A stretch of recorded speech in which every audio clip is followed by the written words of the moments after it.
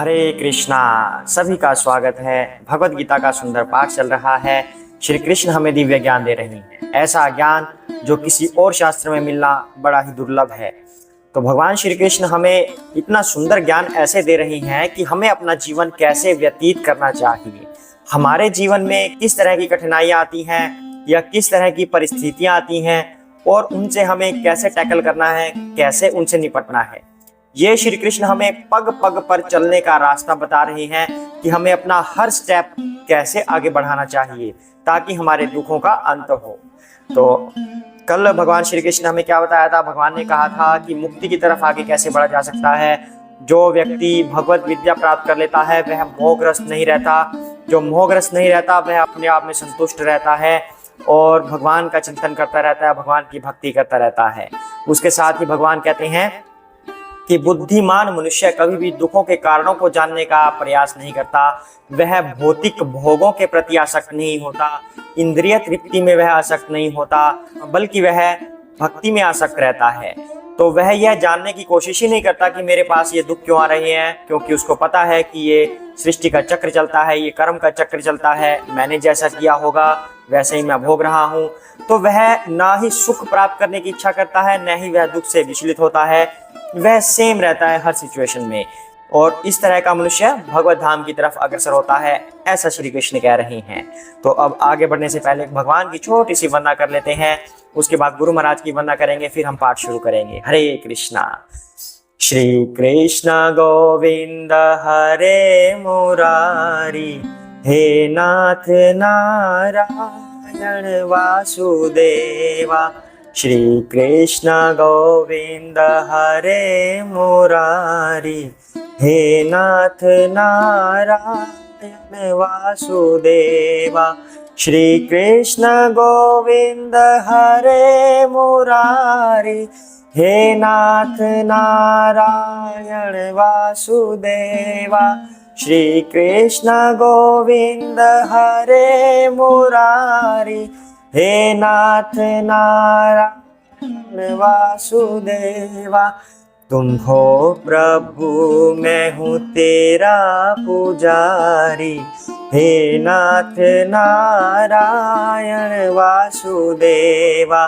तुम हो प्रभु मैं हूँ तेरा पुजारी, हे नाथ नारायण वासुदेवा। श्री कृष्ण गोविंद हरे मुरारी, हे नाथ नारायण वासुदेवा। जय श्री कृष्णा। ओम ज्ञानतिमिरान्धस्य ज्ञानाञ्जनशलाकया चक्षुरुन्मीलितं येन तस्मै श्री गुरुवे नमः। श्री कृष्ण चैतन्य प्रभु नित्यानंद, श्री अद्वैत गदाधर श्रीवासादि गौर भक्त वृंदा। हरे कृष्णा कृष्णा कृष्णा हरे हरे, हरे राम राम राम हरे हरे, हरे कृष्णा। तो बहुत ही सुंदर मीठा भगवान का ये गीत था, बहुत ही प्यारी वंदना है ये भगवान की। हमें नित्य प्रति ये वंदना भगवान की करनी चाहिए, इससे हमारा भगवान के प्रति प्रेम बढ़ता है। अभी आप गा के देख लीजिए, आपका कितना प्रेम बढ़ जाएगा भगवान से। और यही तो हमें करना है, हमें भगवान से अपना प्रेम बढ़ाना है। हमें मजबूरी में आके भगवान की भक्ति नहीं करनी कि ये दुख होंगे वो दुख होंगे, इससे अच्छा है मतलब हम दिमाग लगाने लग जाएं कि ये बेटर है या ये बेटर है, ये अच्छा नहीं है इससे हमें दुख मिलेंगे, भक्ति करने पे हमें सुख मिलेंगे। ये चीज सत्य है, लेकिन हमें इसे दिमाग से नहीं सोचना कि उस बेकार चीज को छोड़ दीजिए, बढ़िया चीज में आ जाइए। हालांकि भगवान श्री कृष्ण समझा हमें ऐसे ही रहे हैं कि आप भौतिक चीजों को छोड़िए, आध्यात्मिक में आइए, मेरी शरण ग्रहण कीजिए। लेकिन फिर भी हमें वो डर के वश होकर नहीं करना, हमें प्रेम के वश होकर करना है। हमारा भगवान से प्रेम बढ़ना चाहिए।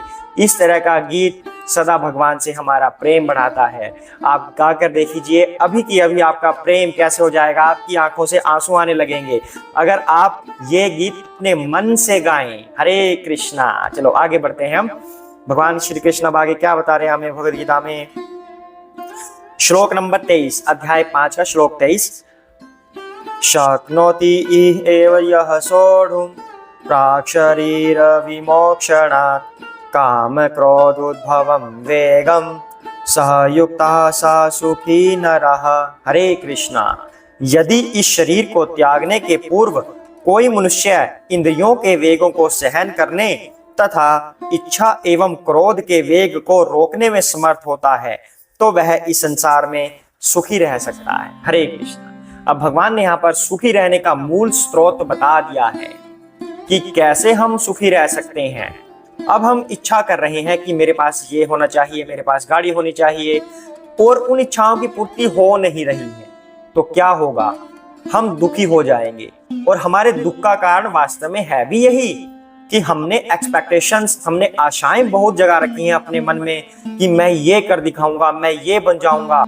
बच्चा होते ही उसको ये सपने दिखाने लगते हैं कि बेटा तुमने ये बनना है, तुम बड़े होकर क्रिकेटर बनना, तुम बड़े होकर इंजीनियर बनना, तुम बड़े होकर डॉक्टर बनना।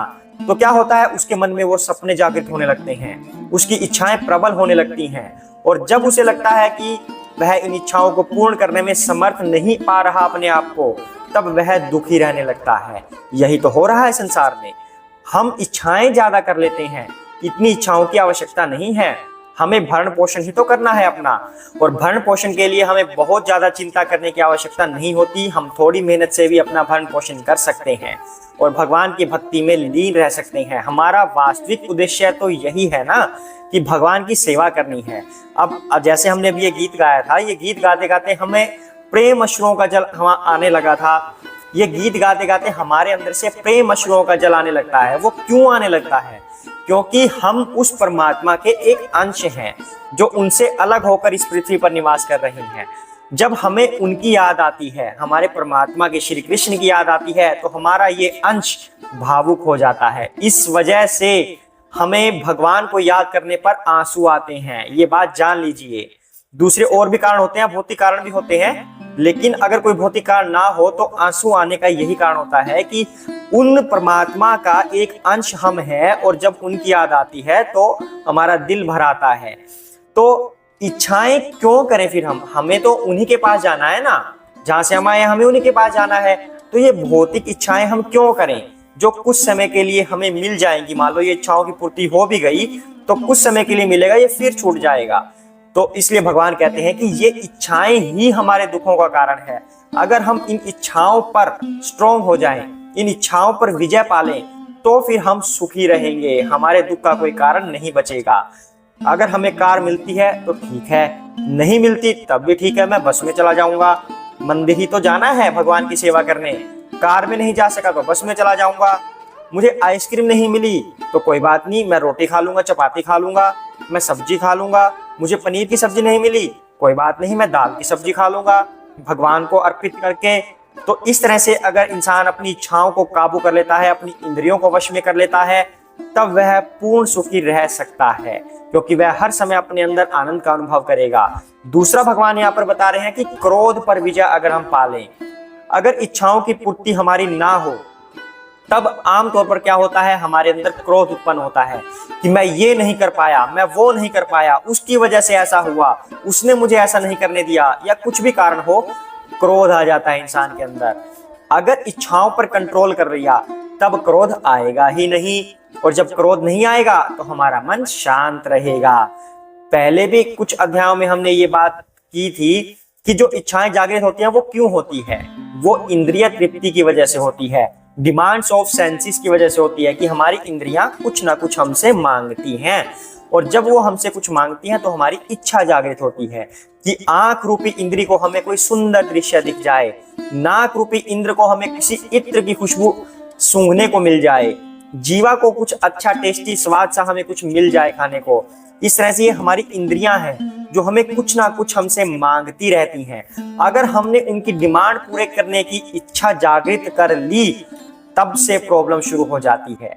आंख को बोलो भगवान को देखो, कुछ और देखने की इच्छा जागृत मत करो। जीवा को बोलो भगवान को अर्पित किया हुआ ही हमें प्रसाद ग्रहण करना है। अपनी नाक को बोलो किसी इत्र की बजाय भगवान को अर्पित किए हुए फ्लावर ही हमें सूंघने हैं। इस तरह से अगर हम अपनी इंद्रियों को कंट्रोल में करेंगे तो ये इच्छाएं जागृत नहीं होंगी, और इच्छाएं जागृत नहीं होंगी तो क्रोध नहीं आएगा। जिससे हमारा फिर मन शांत रहने लगेगा और हम खुश रहने लगेंगे, सुखी रहने लगेंगे। यही भगवान यहाँ पर समझा रहे हैं। तो भगवान हमें इतना सुंदर ज्ञान दे तो रहे हैं, पर क्या हम उसे ग्रहण कर रहे हैं? इतनी सुंदरता से समझने और समझाने के बाद भी हम ये वीडियो देखने के बाद फिर भूल जाएंगे कि भगवान ने हमें क्या कहा था, फिर उसका बेनिफिट हमें नहीं मिलता। कि महाराज जी ने भी यही कहा है कि मुझे गुरु मत मानो, मेरी बात मानो, कि जो गुरु तुमसे कह रहे हैं वो बात मानो, तब तुम्हारा जीवन सुधर जाएगा। किसी को सिर्फ गुरु धारण करने से कुछ नहीं होगा, गुरु की बात माननी चाहिए। तो यहाँ पर श्री कृष्ण हमारे गुरु हैं। श्री कृष्ण जो हमें ज्ञान दे रहे हैं उस बात को हमें अपने जीवन में उतारना है। एक बार अगर हम प्रयास करके देखें, हम अपनी इंद्रियों को वश में करके देखें, इधर उधर का खाने की बजाय सिर्फ यहाँ से स्टार्टिंग कर लीजिए, खाने पे कंट्रोल कीजिए। जो हम खा रहे हैं सिर्फ और सिर्फ भगवान को अर्पित किया हुआ खाना ही हमें खाना है। सिर्फ यहाँ से प्रयास कीजिए। यहाँ से अगर आप शुरुआत करेंगे तो आपको धीरे धीरे धीरे धीरे अपनी इच्छाओं को कंट्रोल करने का सूत्र मिल जाएगा और आप खुश रहने लगेंगे ऑटोमेटिकली। आप एक बार करके देखिए ये चीज। हरे कृष्णा। तो आज के लिए हम यही करते हैं, एक ही श्लोक करते हैं, इसी पर हम आत्ममंथन करेंगे कि अपने इच्छाओं को हम कैसे कंट्रोल करें, अपने क्रोध को हम कैसे कंट्रोल करें, अपने इंद्रियों को हम कैसे वश में करें, ताकि हमारे अंदर इच्छाएं जागृत ना हो और इच्छाओं की पूर्ति ना होने पर क्रोध उत्पन्न ना हो। तो इच्छाएं पूरी हो या ना हो, इच्छाएं ही नहीं रखनी। जो भगवान दे रहे हैं वह परम पवित्र है, वही हमारे लिए काफी है। भगवान ने ही हमें ये शरीर दिया है, भगवान को ही ये अर्पित है। इससे जो भी हम कार्य करेंगे वो सब भगवान को अर्पित है, भगवान की सेवा में निहित होना है। हरे कृष्णा। सभी साथ में बोलेंगे, जय श्री कृष्ण चैतन्य प्रभु नित्यानंदा श्री अद्वैत गदाधर श्री वसादि गौर भक्त वृंदा। हरे कृष्ण कृष्ण कृष्ण हरे हरे, हरे राम राम राम हरे हरे, हरे कृष्ण।